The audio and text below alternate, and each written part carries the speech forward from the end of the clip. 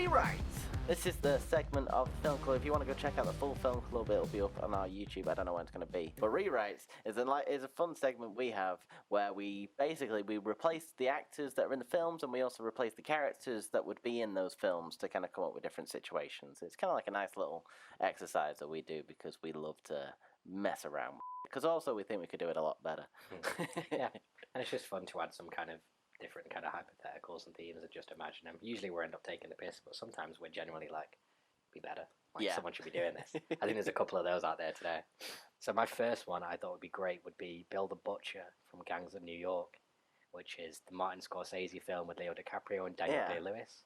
Bill the Butcher is, you meet him kind of towards the end of his life. He's running this area, which is kind of New York. He's massively intimidating, but there's hints of some stuff in the film, but we don't really find much about his origin. And I just think a film getting to kind of the early stages of that character's life, where he goes from, a son of a butcher, just a kind of regular guy on the street, to basically running New York and, stood alongside politicians and all these kind of people with equal power in that city. Yeah, would be like a really interesting journey. And it's the same kind of locale thing that you've got Scorsese's massive New York set. I just keep it and just have him do like kind of the growing up element of it there. Okay. And I like the kind of historic thing of it too, so just the way crimes were kind of done then, how gangs were run, how gangs interacted with each other, that kind of stuff would be interesting to me. Okay, no, I like that one. So taking liberties with mine. I've got three. There's two of them are very different. The last one I know you're gonna hate, but I think you'll like the story. So anyway, don't mind. Curious. So my first pick. It's a comic book. My first pick is Tom Hardy's Bronson. I literally thought about this film. I can't believe you actually did. I genuinely thought about this film, and I was like, I can't make that work. The only thing is that I've put as an English refugee. So wait, we sent him to America? No, what I think's happened, right? So taking this, Bronson's managed to escape some sort of high prison, right? He's ended up in Cuba for a couple of years. Good spot.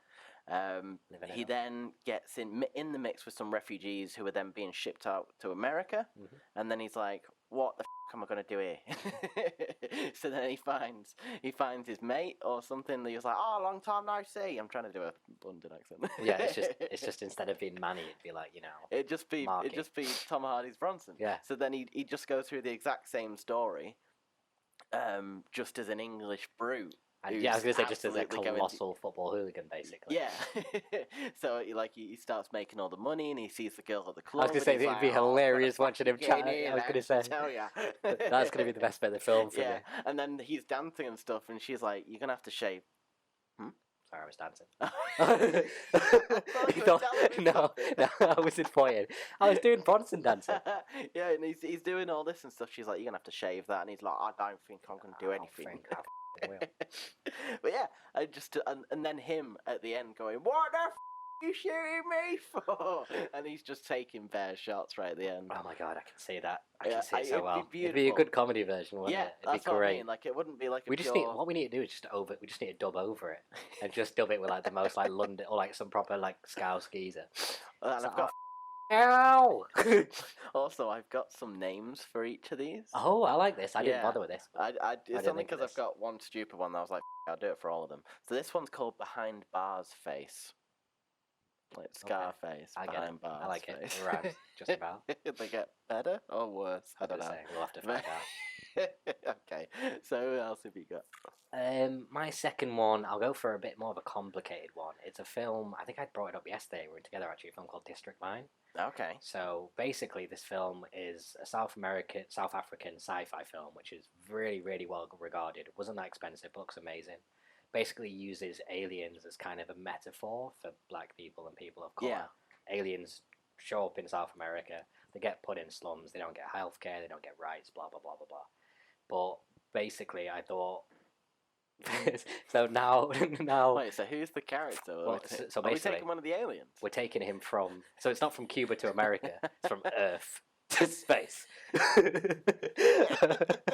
It wasn't actually that. It was actually just I wanted him as a prawn. So Pacino's a prawn, and he's trying to make it in the business world. Prawns are what they call aliens. Yeah, watch District 9. It's a great film. It's on Netflix. But basically, again, it's hitting on a lot of those same themes of just social isolation, not fitting in, discrimination, kind of ego, what rights people deserve, kind of how society doesn't protect versus does protect some people who don't deserve protecting. So I just think all of those plus the alien element is just pretty funny. So, and then redlining, healthcare. I still have all those kind of points I want to make, and that film makes a lot of those points better than films that are documentaries about those things. Yeah. But it's just people don't realize they're getting a lecture about redlining when they're watching District 9, but they actually are. Okay. But yeah, that's my second pick. Okay. This is when we go into controversial We're getting territory. crazy now. My last one's retarded. So, remember can't say before that. the podcast I was saying there's a character I have in mind who's not even the main character of the film they're in. This is this character. And his name is Lotso Hugging Bear from Toy Story 3. Okay, I haven't even seen Toy Story 3. You're going to have to explain this one for the viewer. Okay, so I suppose, do you mind me spoiling Toy No, I Story don't care. 3? So Lotso Hugging Bear is actually the main villain of the film, who has got the daycare center that they're in. He forces the Toy Story gang, to kind of be the toys that the toddlers play with, which is basically the worst thing. And he keeps them up in cages and stuff. But the only reason why he's kind of so like that is because he got lost. He's a lost toy. Oh. So he's technically a refugee teddy bear who's trying to find his own way in life after being deported from his home, and ends up in the daycare center, which is like the USA. And from there, I'm making my own story from this point, but it also kind of does lead to what actually happens in the film. So from there, he kind of rises through the ranks and then becomes like the main teddy bear, who is the villain at the end of it. But it's just this idea of this refugee teddy bear who then has to kind of make his way, and he ends up going from nothing to the top of the daycare, who then gets everyone else to do his own bidding, and he kind of does what he wants, and he loses the whole point of what he was trying to do in the first place, which was just to be loved and hugged and played with children and stuff, and now he's created this tyranny that he can't control. And I thought it kind of hit the same sort of... It's weird you say that. I genuinely considered Paddington for a few minutes before because I was on the same kind of thing, but then I was like, nah, I'm not doing that one. Not going to happen. Sorry, in my notes I'd put, because I added a little extra bit, and there was already a rule of Sunnydale called Tickle Me Elmo. And he was the one who threw that guy out of the regime and made his own regime. And this one would be called Bareface. Okay. It is. Bareface. Works. I can see where you're going with these. Yeah. I see the theme. So yeah, sorry, I'll pass the torch back over to you. Yeah, cool. I've got 2 honorable mentions and 2 I like.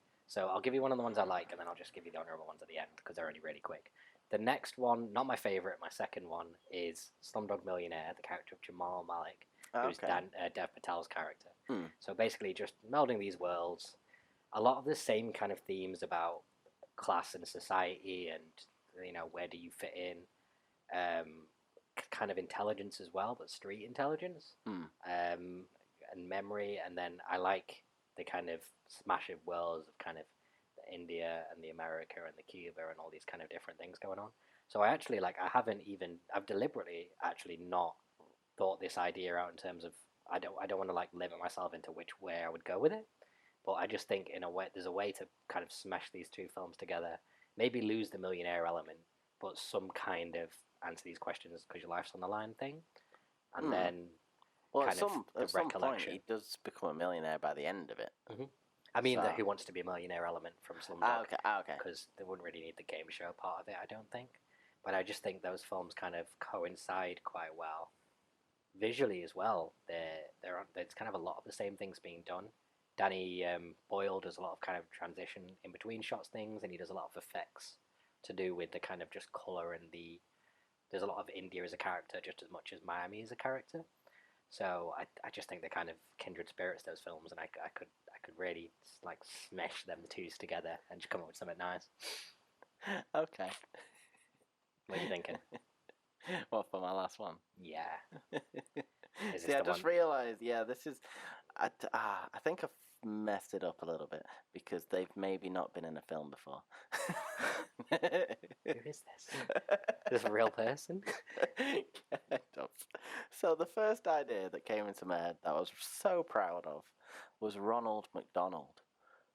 Oh, because we had one of our categories. Okay. And it was the idea of this young man trying to make a name for himself as a clown. Goes to Miami to try and make it big. Sorry, keep going. I don't need to laugh. So he gets into crime, right? But then the real front, like the legitimate business to launder the money, McDonald's is a McDonald's. I like this. Yeah. So then I feel like we're gonna get sued just saying this though. I'm a little bit afraid. So, but then the other idea is that there's other drug lords around there, such as BK. Big BK. BK. And he just like takes the business from underneath his feet, starts putting it into McDonald's, and that's how. And then Nando's and Subway turn up and just usurp them. Pretty much. Yeah. And I'd love the idea of this aspiring clown, which I've just realised an aspiring clown guy going around committing murders and stuff is the Joker. True. You have a good so point. Imagine a Joker-like thing mixed into Scarface. That is Joker would be perfect. Just literally Joker, because again, that's another life story. Up to down, down to up to down, basically. Yeah. Like, so I think those two work really well together. Yeah. And it'd be called Scareface. Scareface. I like the themes. I'm let myself down. What would mine be? Slum face, butch face, and district face, or like space Prawn face. face. Space face. Oh, Prawn space face. Prawn face. I like. I like space face. I know. Oh man. Yeah. And my last idea is okay. This is retarded. This might annoy you. Okay. This is it's a crossover with Willy Wonka's Chocolate Factory, where I want Pacino to be the Oompa Loompa, the Chocolate Factory in Wonka. Wait, bear with me here. The Chocolate Factory in Wonka represent the establishment, the U.S. government, the system in place. The Oompa Loompas get brought in kind of against their will. They're trying to work their way out. They're trying to find some kind of justice. They end up making this kind of they're very tan black market thing within the actual Oompa Loompa community. Okay. And they start doing things outside of it where they're trying to get in the outside world, but obviously they've got to deal with the Willy Wonka establishment security and what the rest of the world is kind of racist against Oompa Loompas. Because obviously they would be, wouldn't they? If there was in a real world where Oompa Loompas exist. There's no way we wouldn't be racist against Oompa Loompas. So this is a whole Willy Wonka crossover. We do some drugs, chocolate, it's just as addictive as maybe that's how they post the stuff is Wait, that's how they transport. You know what I'm thinking they do? I'm thinking Charlie is now at this point with Willy Wonka doing stuff, Charlie's and Manny. They kill Charlie as a message, right? Charlie's Manny. So then it's a full-on war between Wonka and the Oompa Loompas, and then they finally kill him because he's like the final boss. What and the golden ticket's actually for? Maybe there's some kind of company that's a front for the mob of the mafia, and the golden ticket is like a job opportunity there. And then Charlie wins it, goes in, sees the plight of the Oompa Loompas, and he's like, "Look, we can't have this happen." Wait, is he on their side then? Originally, Charlie. Well, I didn't think about it. Well, Charlie's maybe Manny, and then Oompa Loompa is Pacino. Okay. Where the Charlie's like, "Look, this is you need to kind of so the Charlie kind of voice helps of reason." the Oompa Loompas overtake Wonka, and then the Oompa Loompas drown him.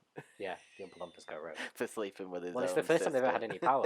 They're like subservient species, so they don't know how to deal with it. So they just go mental.